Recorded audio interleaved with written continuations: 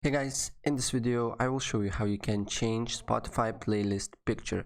And for this tutorial and for this method, I'm sorry, with your phone you cannot do that. So simply you need to log in to Spotify app, download and log into Spotify app on your computer, and then you basically can change a Spotify playlist picture. And to do that, as you can see here on a left side, there is playlists.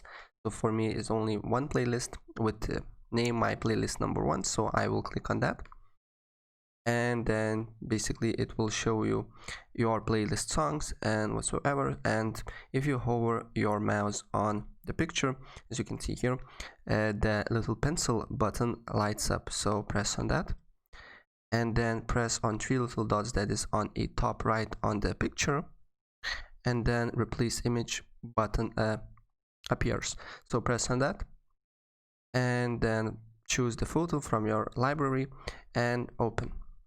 As you can see here, the playlist picture is changed, so what I need to do here is to press save, and as you can see here, my playlist picture is changed. So guys, that's pretty much it. If I help you out, please press like button and subscribe for more. Take care, bye.